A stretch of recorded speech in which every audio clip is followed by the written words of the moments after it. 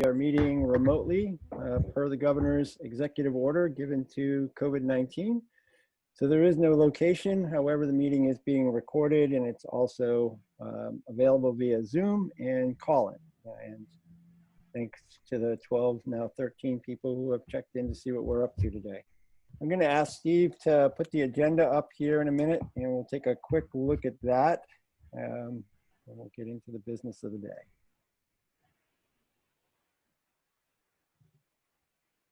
Do you see it? I do. Great. So this is a new committee to the school board, and part of today's operational agenda is to sort of set the parameters for what our objectives will be. So goals, charge of the finance committee, we are recommending committee, those types of things. Committee operations will be talked about, membership, how frequently we meet, what times, public comment, and there will be public comment today at the end. I think that would be better than at the beginning, so you'll get a little bit of sense as to what we're thinking in regards to this committee, and then to add your comments from there would be greatly appreciated. Lay out a little bit about some educational goals in terms of understanding the budgeting process in the Hopkinton School District as well as through the state of New Hampshire. And then a little bit of looking ahead to our June 18th school board meeting and some of what we'd like to see happen there so that the board has a bit of a broader array of things to consider. So, and then we'll set our next meeting date and agenda. So that's the agenda. Steve, you can pull that off so I can see everybody. That'd be better. Thanks. Rob, can you hold it? I just got a voicemail message about a problem with the link from Judy Kate, so I'm just going to rectify that real quick. All right, sounds good.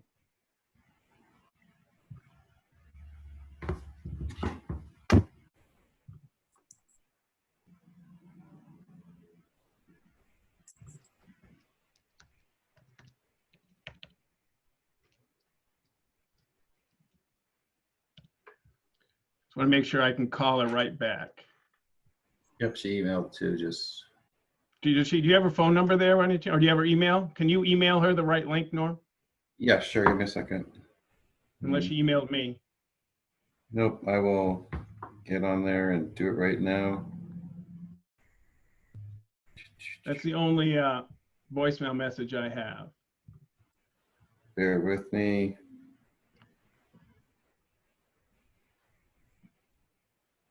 And it's the one that ends in 9831, correct, guys? I'll check my calendar for you. Yeah, 69831. 69831, okay.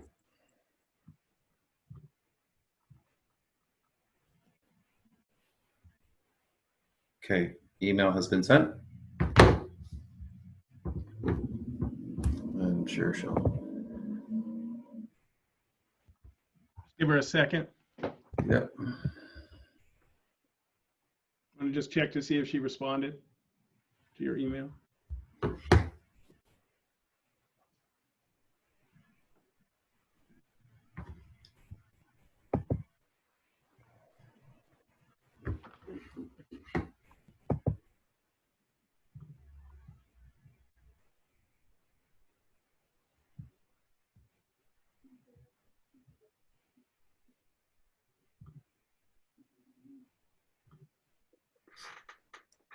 I think somebody just came on, so.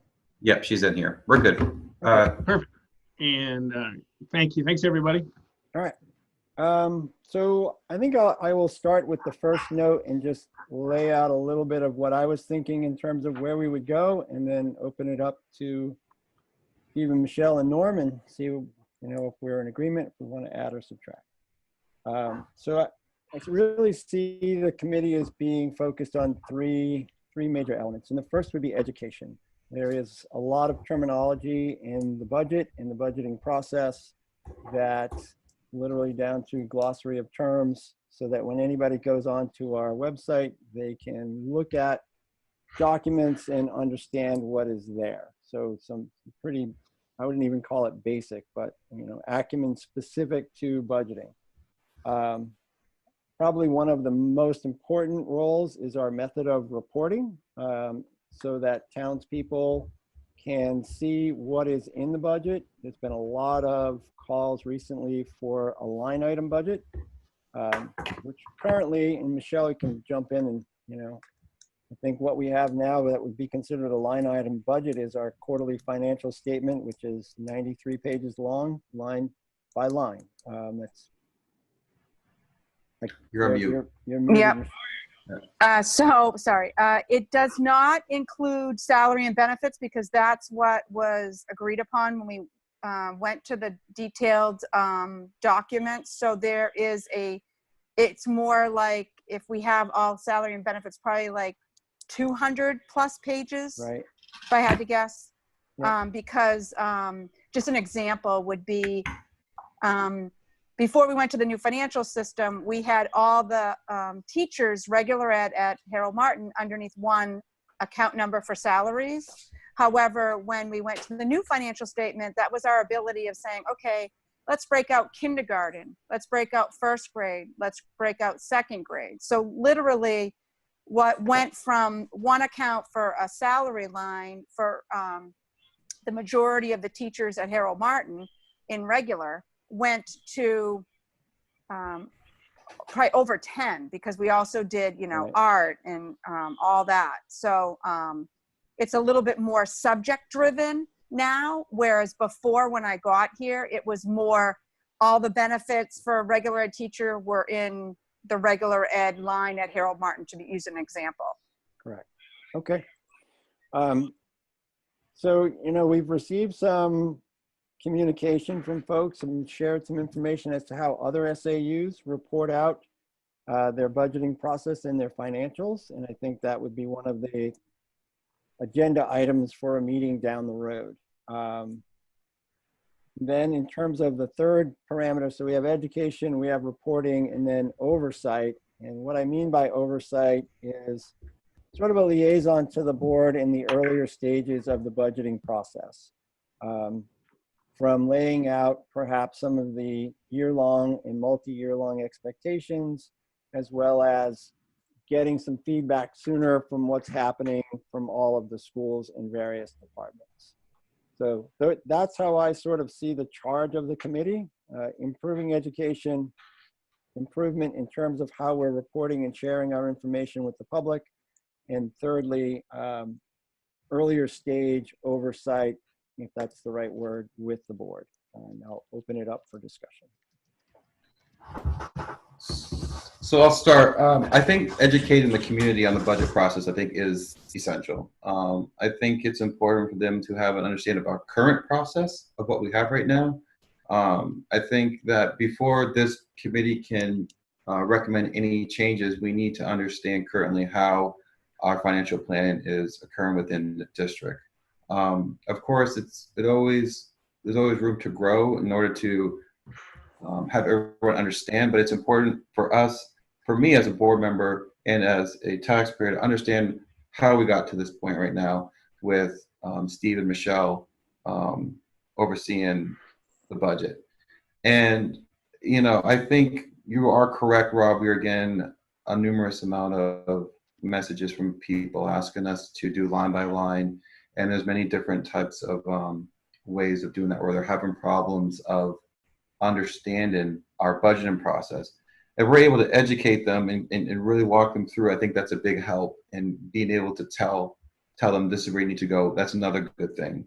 But you're educating them, and also us educating how we currently do it, I think will be a big thing. The method of reporting, I think for me is something definitely we need to look at. But again, I want to see currently what we have installed, because the first thing that I think about is what is the cost associated with that?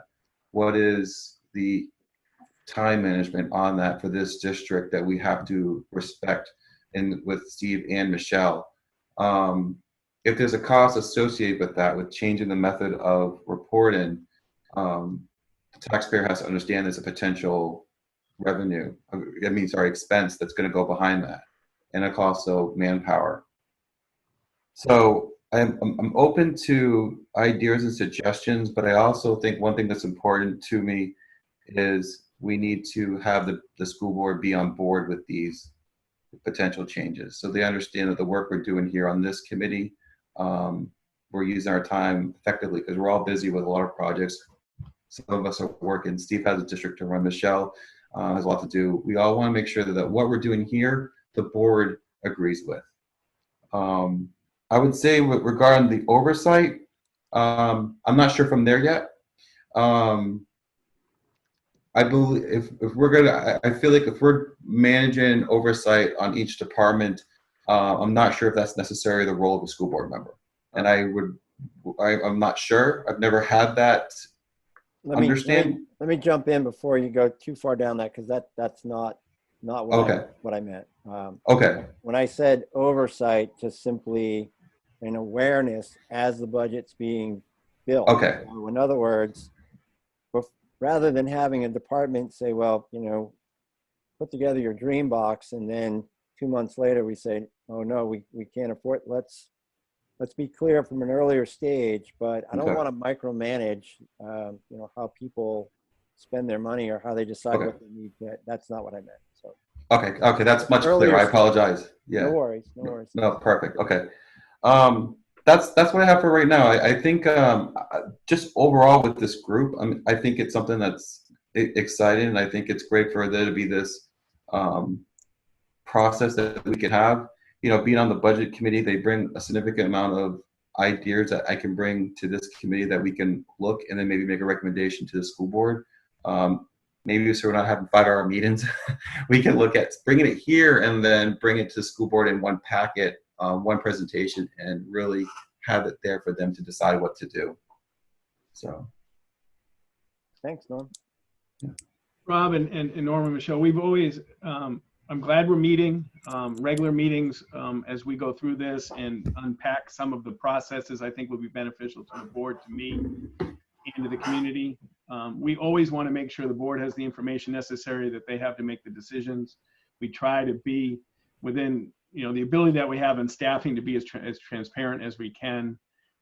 We've heard, we started the programmatic budget 2 years ago, maybe, Michelle, something like that. We want to continue to unpack that and develop that so the community understands what goes into this endeavor. So, and I appreciate Norm says just how we manage this into we don't have a lot of staff in the central office, but we're willing to do everything we can to provide the information that the finance committee, the board, and the community at large need. I think it's a good thing. Michelle is very quiet. No, I mean, I don't have any comments. I mean, a lot of what I do today has been done since I came to the district. I can say not that things were hidden. It was just, there's definitely been, since Steve, more of a direct making sure of trying to be as transparent as possible. And again, nothing was hidden. It was just that we weren't always mindful of being sure that we were being transparent to everybody. Like we might talk a language that might not be transparent to everybody before. And so we try to say it in a way, and I continually try because I'm just of the mindset of having the financial lingo that I sometimes forget that not everybody understands, just because of, the years of doing it, I guess, per se. Understood. And I probably throughout this process, when somebody uses that lingo, I will ask you to define it so we all understand it. Just, everything from when somebody says FY 2021, they may not know that means fiscal year. All right. So in terms of, is there anything else? So are we sort of on board with those 3 general parameters? We can bring this back to the board next week and get some feedback from them. So committee operations, membership, meeting frequency, times, and public comment. My thought is that initially the 4 of us should be the main players as we get started and begin to lay a framework, and then see where we need to go. If we need to broaden the scope of the committee, I would look to public comment as a way of getting information from the public or a request for information. And that would be my manner in which including the community at this point, until we sort of have a more firm foundation as to where we want to go and what's going to be necessary. Frequency, and I know, Norm, you'd like to meet more frequently. I think at the outset, we should probably plan for once a month. And then as we get into the budget process, we could adjust as necessary. One of the things that we have to be aware of, if we're asking Steve and Michelle for things, then we need to give them some time to do that. So the higher the frequency of meeting, the more onerous that process becomes. So if we meet monthly, that gives us a little time to digest what we've talked about and plan for the next meeting, and get some feedback from the public as well. As far as times, I'm fine with this time slot. Afternoon works for me fairly well. I'd like to try and keep meetings to within an hour. So today we started at 3:15. I'd like to, try to target 4:15 as a reasonable amount of time to meet. If we're sort of going longer than that, then we've either had a lot to talk about or we need to be a little more efficient. Yeah, those are my thoughts on operations. So open to feedback on that. So one thing that's important to me is I do agree with you in the beginning. We have it as this group, and again, I want to give this proposal to the school board and get their thoughts processed. I do want to try to interject our community at some capacity with thoughts and ideas. If they have ideas, to submit it to us for us to review, because I think there's a lot of people in town who have some great ideas with finance that maybe we can interject into the community in our financing plan that maybe won't cost this district any money. And for me, we have some fantastic people in this community that have some great ideas that maybe they can help us, maybe on an appointment basis. Like they don't have to come to every meeting. Maybe, I don't know, something down the road to talk to the school board about, that say, you know what, we are open to people sending us suggestions, and we go through it. We can look at it that way. Sort of like a guest proposal kind of thing. Yeah, I think there's nothing wrong. I think there's nothing wrong if someone says, hey, I have an idea. We review it, Rob. We kind of say, is this something that we want to bring to the forefront that can help the district? I think it's not a bad idea. I also want to encourage us being able to invite someone in here that potentially can help us. Like, for example, at one point, the Department of Ed, I want them to come in here and talk to us about grants and stuff that we had talked about before. That they're not a committee member, but that they're here to inform us on things that will help this finance committee bring it to the board when it comes to the budget process. So they're not a member of the committee, but they're able to help us with this process. Regarding meeting, we have a lot to do the next couple months. I'm comfortable with whatever this committee is comfortable with. My thought process was, the reason I mentioned off weeks of the school board, so if we needed to meet in order to help with this budget process, I was going to make myself available. But I understand that, we have the building committee and we have other stuff that we have to do within the district. I just want to leave my calendar open and committed to this group, that if we need to meet more, I'll make myself available, because I know there's a lot of work to do in this budget, and I'm a team player and I'll always make myself available. So that's where I am right now with my mindset on things. Okay, thank you. Steve, Michelle? I would definitely appreciate the once a month. Believe it or not, the business office on a normal year, and what I mean by that is because we have no budget, it's abnormal to us. We're extremely busy trying to close a year, start a year. We have the audit the end of July, and we try and take a vacation. So, and a little bit, I'm worried about, we can't even, in essence, think about the system and how we could use it differently if that is what some people want, until we actually get a budget passed, because we can't open up a new one. And so, you know, I'm a little mindful of that too in the back of my head. While I think it's great to have meetings and discuss, because the facility project's going to get ramped up, and just other pieces that aren't normally around, it's going to make it even a busier summer. Great. Steve, that's good with you? Yeah, and I think I appreciate that if there are deliverables between meetings, giving extra time for Michelle and I to work on that. It's a tough turnaround in 2 weeks right now to give deliverables, and I really want the meetings to be substantive. We've got 21 people who gave up their time this afternoon to join, so I really do want to make sure that if we're looking at a certain thing, that we have time to make sure we bring it and deliver what we want, just out of respectful to certainly this group's time, but 21 people giving up their time in an afternoon, I think is a lot. So I want to make sure we deliver. Right. And right now, I think a month is what it's going to take to deliver, to be honest with you, just where we are with budgets and remote learning and stuff. Yeah, it might speak to how much we try to cover in a meeting as well. Rather go deep in fewer topics than more topics and not as deep.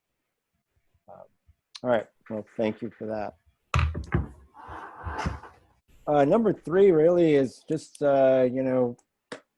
probably for next time, and be understanding the school budgeting process and how we do it in Hopkinton. So I would like, just a walkthrough from a timetable perspective, when the process begins, the various stages of that, and perhaps something about the objectives and how objectives are set for a year.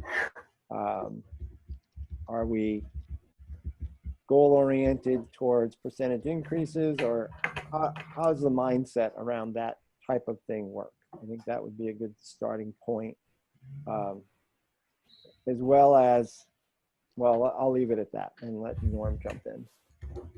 Yeah, I would like to agree with you on that. I'd like to have an explanation of how state funding works and how that works with the state. I think it's very important for this community to understand how that works in as revenue and separate expenses and all that. So we really break it down for them to understand how a budget comes together, how the district charges certain aspects of it. I think that's where, again, having someone from the Department of Ed come in, they can explain a little bit of that maybe. We need to have some type of way of presenting this educationally to everyone in the town so they understand how our budget process works and understand how we don't receive a lot of state funding. And that's really important for this town to understand. So maybe on the 2 sides, we've got the expenditure side, how we develop our budgets for what we're going to spend, and on the revenue side, Michelle can absolutely inform us as to the different revenue streams, where they come from, and what's available out there. Absolutely. That's absolutely probably the most important thing for this town to understand, both sides of the equation. Michelle, Steve, does that seem like a fair expectation for next time around?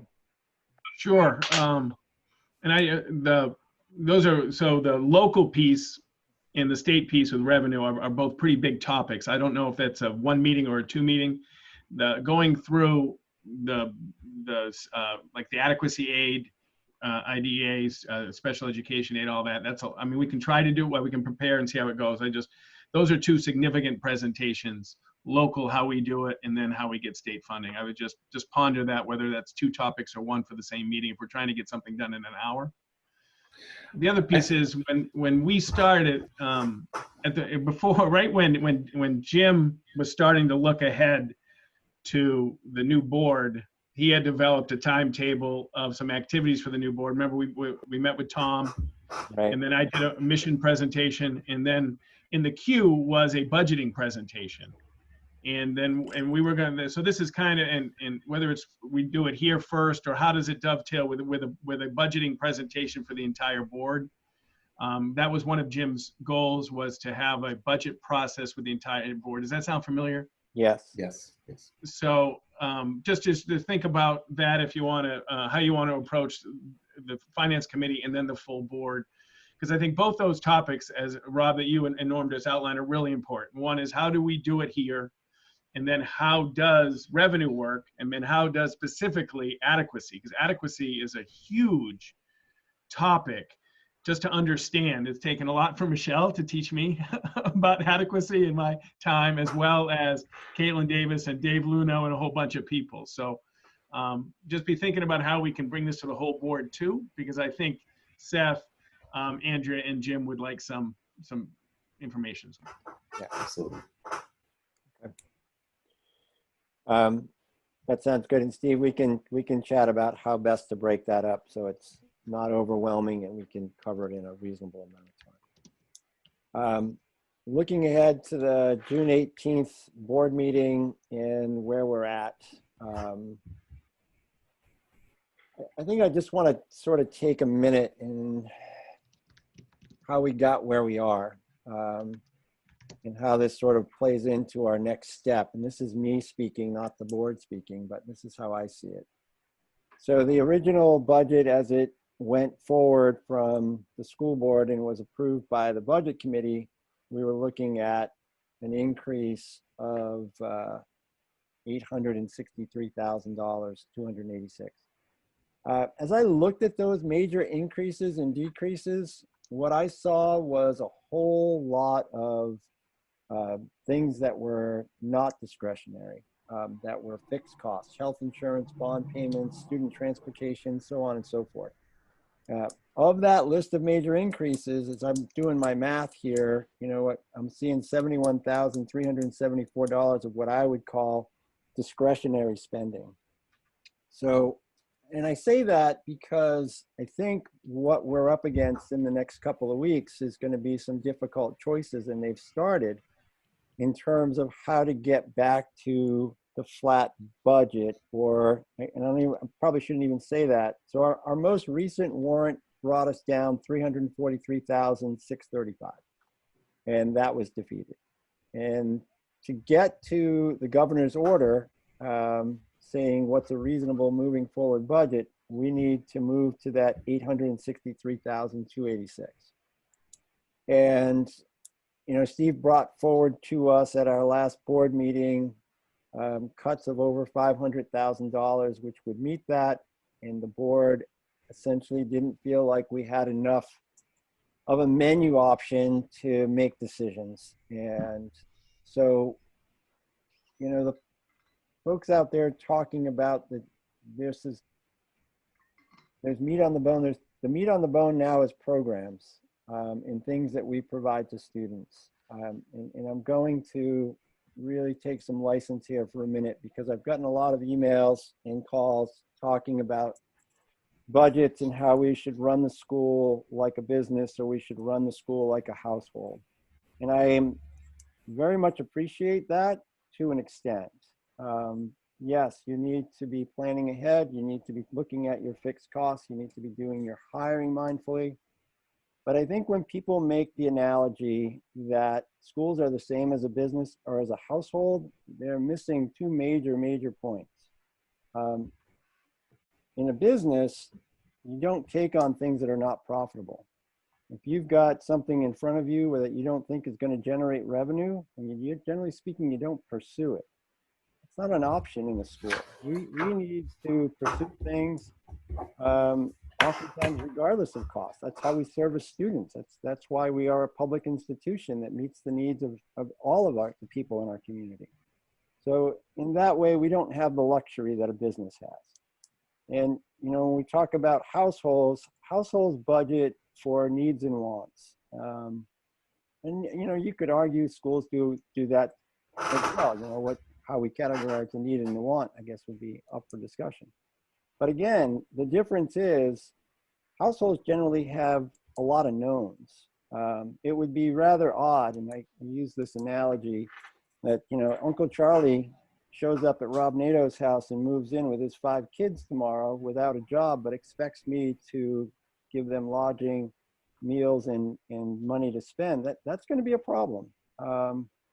But people coming and going and the expenses that go with them happen in school districts all over this country every day. So, you know, there are some similarities, but to say they are the same, I think really is missing what schools do, what public schools do every day. You know, if you want to talk about private schools and being able to choose your students, and that's a whole different mechanism, but that's not us, and that's not our purpose for existing. So, you know, I think that what Steve has put forward for the next board meeting gives us some more options. Those options have been expanded a bit. Most of those things are, you know, will be discussed in non-public session because they do involve people's positions in various elements of the budget. But there's been a lot of talk in town over the last, well, since our last meeting. And I wanted to take an opportunity to sort of clarify some of those. In terms of the HES agreements and the support staff, which we all know are absolutely vital to our schools, when we left that board meeting, I speak for myself, was that this was a 2-week delay to get more information. That's what the vote was based on in the back of my mind, in the forefront of my mind.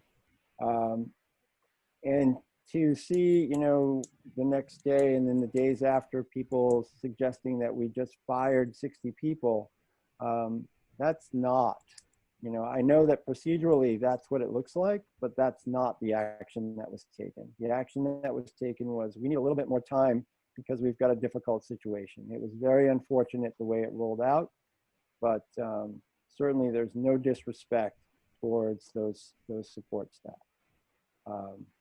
Yeah, Norm, you wanted to jump in there? Yeah, I just want to say that, you know, this board operates in public, and the first meeting that happened was right after the vote. And this board absolutely supports our you know, our A's, but for us, we needed to look at every single option for this budget. And this board needed to give the superintendent time to give us a proposal with everything on the table in order to decide where we want to go. You know, Rob, I want to say one thing about one of your comments about looking at the budget and saying, you know, how there's a minimal part right there where, you know, everything with the health insurance and all the other stuff, you know, that's a fixed cost where, you know, we have to pay. You know, it's hard for Steve, because when you look at Steve and you think of Steve Chamberlain, you think of care. And in all the work he does, if you work with him, I know you've, for many years, Michelle, and just a pleasure to work with him since I've been on the board. He takes a lot of pride and care in what he tries to do for this district. And that's what's, you know, very important for this community to know, that the tough choices we have to make are hard. And he has to look at the needs of our children. He needs to look at, you know, his staff and his leadership and really run the district, because we hired Steve to do that. And we do provide oversight, you know, as his, you know, I guess you call it. I said to Steve, I hate being called the boss. You know, the boss, and I hate it. I got a bunch of but he respects us, and he jumps a million through a lot of hoops and everything.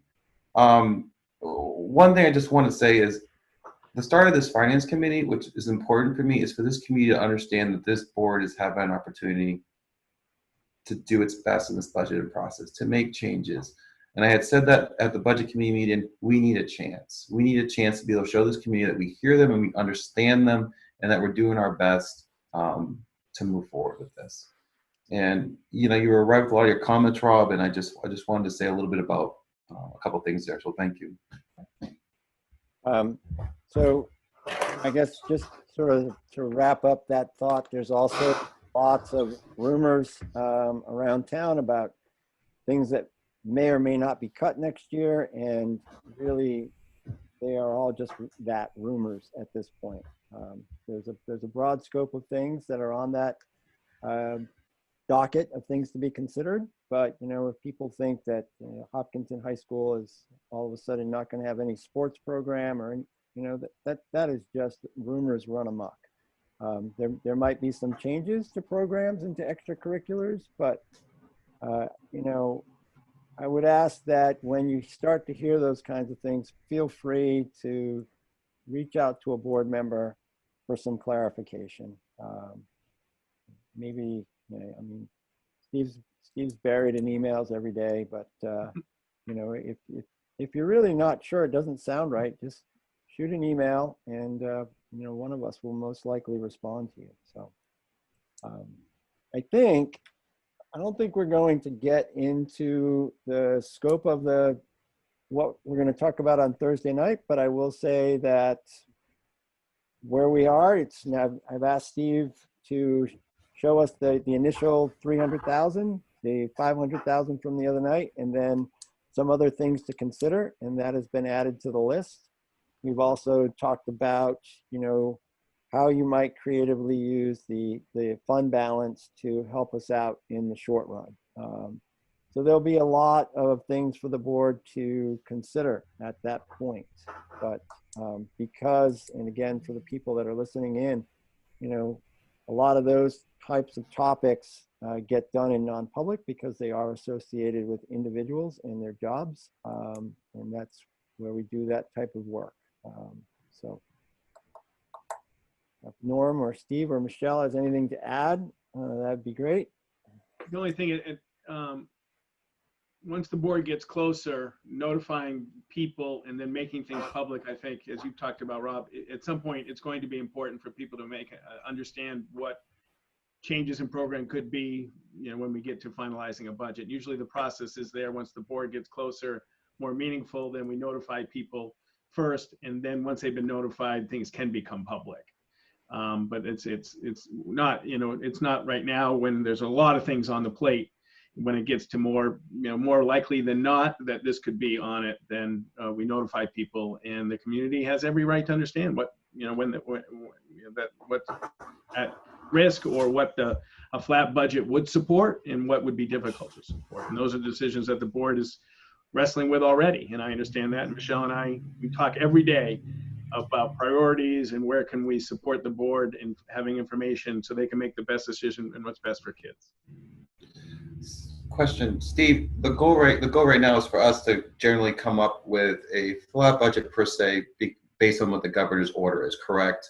And then once we get that kind of in July 1st, it's not necessarily locked in at all. It's based on when we go to town, when we go to the town school district meeting, correct? Right. So, okay. And what happens with what Rob alluded to with the statutory requirement to give, once we give contracts, that reduces the flexibility to deal with if we get a flat budget, because we've already committed to resources to a certain way. So it's about developing a budget that you could live with, because you don't want to extend beyond your means. Because if we extend beyond our means, and then it's a deficit appropriation, and then it's fiscal management, it's really not it's not effective fiscal management. So we're trying to live within a possible scenario that may be may be codified in a vote, or more or less. I mean, but the governor's order has allowed us to use as a guideline last year's expenditures. And our attorney has said that that's an appropriate guideline which he could defend. So basically, what we're doing is we're going to be going there saying, okay, this is the ramifications if we reduce these numbers, on how programs going to change, how the school district's going to change. Just basically give an outline to the community saying this is what it's going to take to get to a flat budget. But we are currently operating on that based on the governor's order. And then once we have the school district meeting, that could potentially change those numbers. Is that safe enough to say? Right. And what has to happen, we've talked about this at a number of meetings, is one of the things that, and Michelle has shown, one of the things that this district does to be transparent is any employee gets a nomination and a contract. Now, not every district does every employee that way, but we do. Everybody who, whether you're a coach or whether you are an employee, you get a contract. And once you get a contract, you are entitled to that salary and that benefit. And in our fiscal year is July 1 to June 30. And if we don't have everybody under contract by July 1, then they are not employed and they can't access our benefits. So though they don't get paid in July and August, the benefits do go July and August. So we have to have them contracted by July 1, or they won't have access to part of their, the benefit portion of their wage and salary. And so some of this is required by statute that we issue, and then some is just the board believes that every employee should be nominated in in the daylight, and the board should approve in daylight. And that's what needs to happen before June 30th. And that for the first time since Michelle and I have ever done this, that will be happening before we have a codified budget. That's the difficulty. I don't know if that Thank you makes very sense. much. No, it does. No, because July 18th is when the board will review the IAs and all the other contracts, and these IAs still have health insurance. They're still covered right now. July 1st is the cutoff when there'd be an issue. So, and it's Hopkinton educational support staff. It's our custodial staff. We call those the Teamsters. And it's the non-union support staff, our administrative assistants in the offices, HR assistant, payroll assistant, administrative assistant to me, administrative assistant to the director of student services. It is PT, OT, right? Some of that PT, OT, and some of those positions that really need to be tied up on the 18th. perfect. Thank you, sir. All right, I think, well, let's set a next meeting date and then go to public comment. We won't forget to set a meeting date. Pull up a calendar here. So you like Thursdays, Rob? You know, let me check with my boss. Yeah, sure. Sounds good. Thursday should work.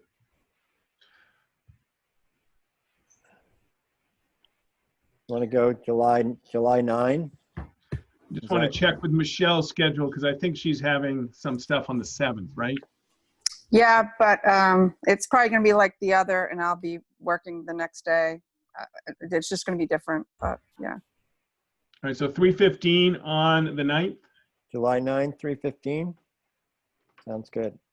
We'll have to make an adjustment in August because I'll be away that week, but. You know, we could do, Rob, to think down the road, is we always could do it before the building committee. So you keep it in that hour window. Something to think about down the road. And Rob, if you wouldn't mind, just for me, just Yep. to start to look at deliverables. So a presentation about our local budgeting process, including expense and revenue. And then maybe after you and I talk, at least we'll start talking now as how state funding works and adequacy. Yeah. Yeah, I see, And then I see that's local, state, federal, but let's do the local first. And then you can sort of give me some feedback as to how doable that is. And then we could do the other on the flip. Perfect. Sounds good. So I'm going to have Steve's got in the command chair. So folks who have come on board to listen, if you've got public comment, you can raise your hand and we'll bring you over. And I would say just this in terms of public comment. Let's try to keep things to the scope of what this committee is about, and suggestions you have to how we operate and what you might foresee us being able to provide. That would be great. So, I'm going to move Judy over. yeah, that'd be great. All right, Judy, I think Judy, you're up. Thanks for Hi. calling about the thing. I appreciate it very much. Yeah, I was invalid. You're valid now. Good. Hey, thanks for having this meeting and opening it up to the public. And I really appreciate, Rob, your setting things straight and all of yours willingness to take the time to update us on the intricacies of how you put a budget together.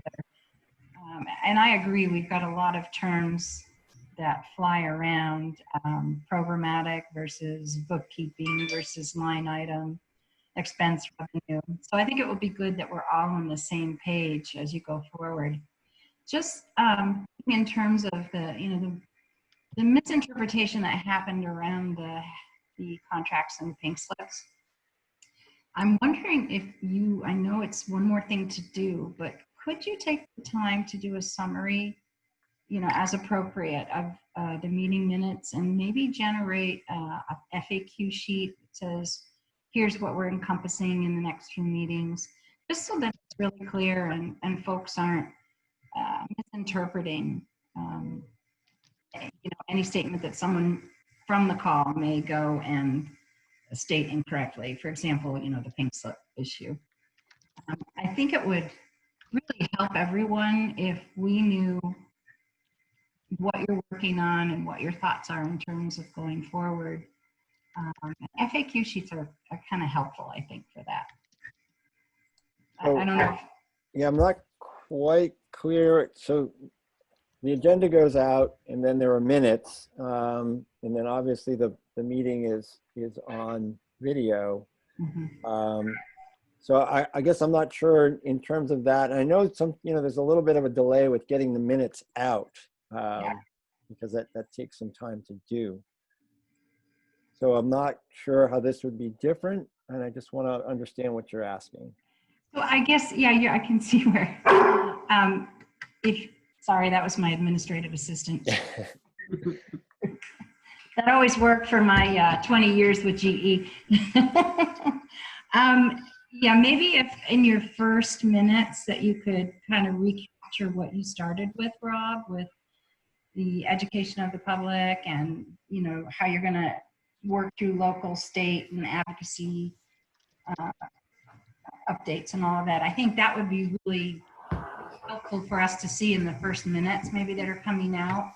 Okay. And then we would know to look for it. And the other thing is, some of us, are thinking, August is a long time away for this meeting, and we've been, hopeful that we could push up the next town meeting. But I understand from listening to you today that there's a lot of work that you're doing through July that is helping to influence. So I'm appreciative now of more of the, the ins and outs of the schedule for you to get this budget ready to go. So is that a fair statement, or is it in fact true that you couldn't? Well, I think the decision, and Steve can correct me, is really the moderator's decision as to when and what the format will be. Sure. Yeah, I'm sure he's sensitive to the effort that you have to put in to get ready for it. Right. Judy, would you mind giving me your address? Just for I guess. Yeah, it's Judy Case, 1030 Briar Hill Road. Hopkinton. Thank you. Judy, I just want to say one more thing real quick is a lot of the stuff we talk here is going to go to the school board. And I think a lot of the information we say here will pretty much be addressed in there where minutes will be dealt with better. Because I know Steve's taken the minutes and we don't have something here as effectively. But I will just want to caution you that it's going to be more effectively in the school board level with what we discuss here, as always. So the statute requires that within 5 days, the minutes are available. And so that means if somebody wanted to email Steve, can we have the minutes to this day, the draft minutes? And then, and those are draft, and I've, at meetings, like at the next meeting, this will be on the agenda to approve these minutes. And I don't know if Rob or you or Norm would like draft minutes put up. We typically don't do that. That doesn't mean we can't do that. Anybody who wants them within within 5 days gets them. But if you guys can think about that, Donna will have to edit my minutes. That's about it. I mean, they're a little rough. But so, when I was teaching, which wasn't that long ago, you always did a recap of the last class before the meeting started, and that may be what you're looking for us to do, just to do a quick redo of this is what we covered last meeting, and this is some of what we accomplished. If we hopefully get to that point where we're accomplishing things, and this is what we're doing now, just so that people can stay in the cycle. I think that would be wonderful to do and very helpful to everybody on the right path. And then you're going to be able to post the YouTube sooner than 5 days, aren't you? yes. You have this? Yeah, I'll send it right after it takes a while to compile, but tomorrow Mr. Stone gets it, then he bumps it up. So I would hope within no later than 48 hours, hopefully we can beat the 48 hour, but I think within 48 hours, based on Matt Stone and our connection. But yep, Judy, I would think within 48 hours we can have it up.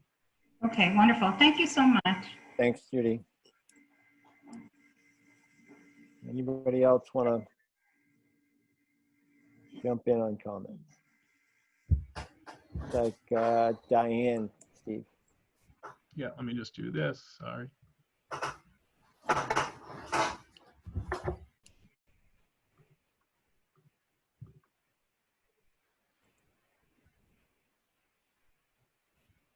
Can you hear me?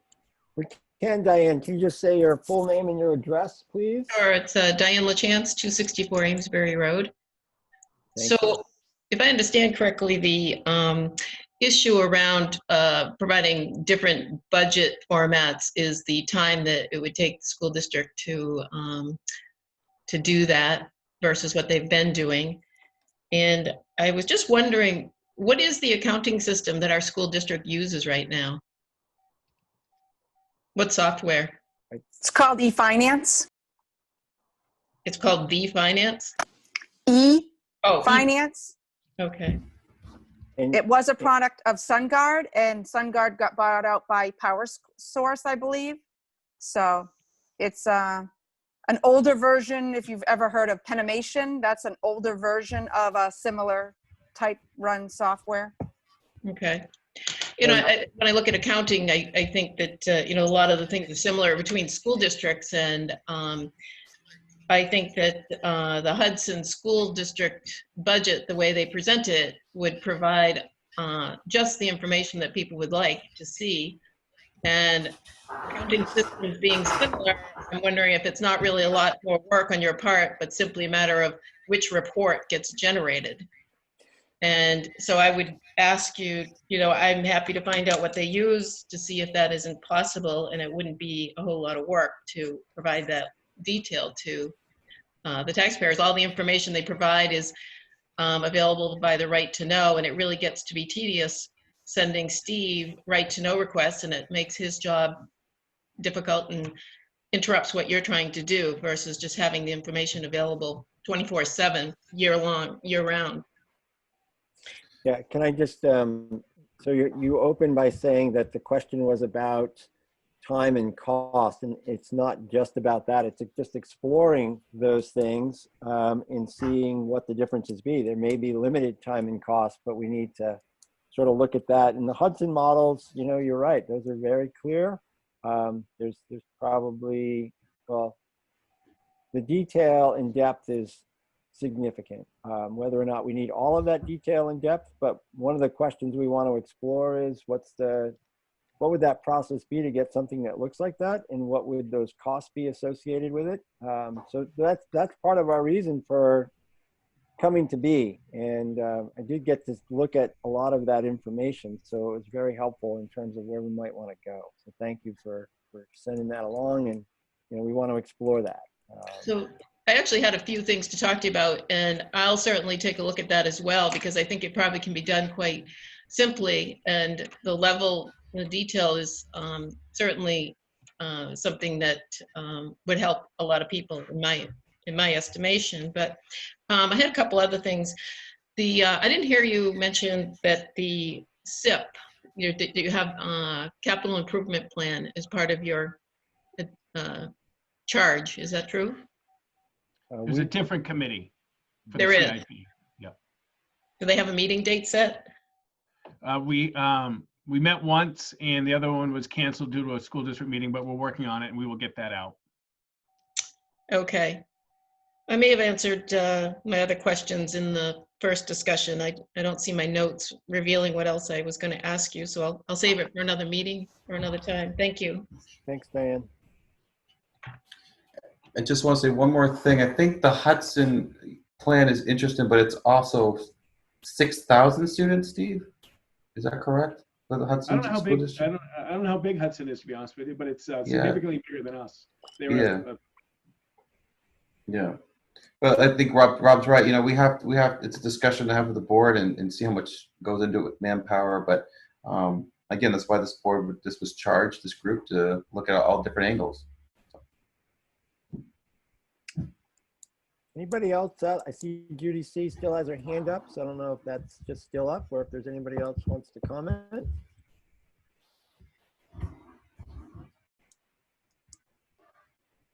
Looks like it's all quiet. So unless anybody has anything else they want to add to the fold, boy, it's 4:14. How about that? 59 Good job, minutes. you. And that, I say that, I think meetings should be efficient. So if we can be efficient and just respectful of people's times, that would be great. And it certainly, we'll move forward from there. So thanks, guys, and we'll see you on Thursday at our regular board meeting. Thanks, Ryan. thanks everybody. Thanks, Michelle. Great Thank job. you. See ya. Thanks, Norm. Bye-bye. Bye-bye.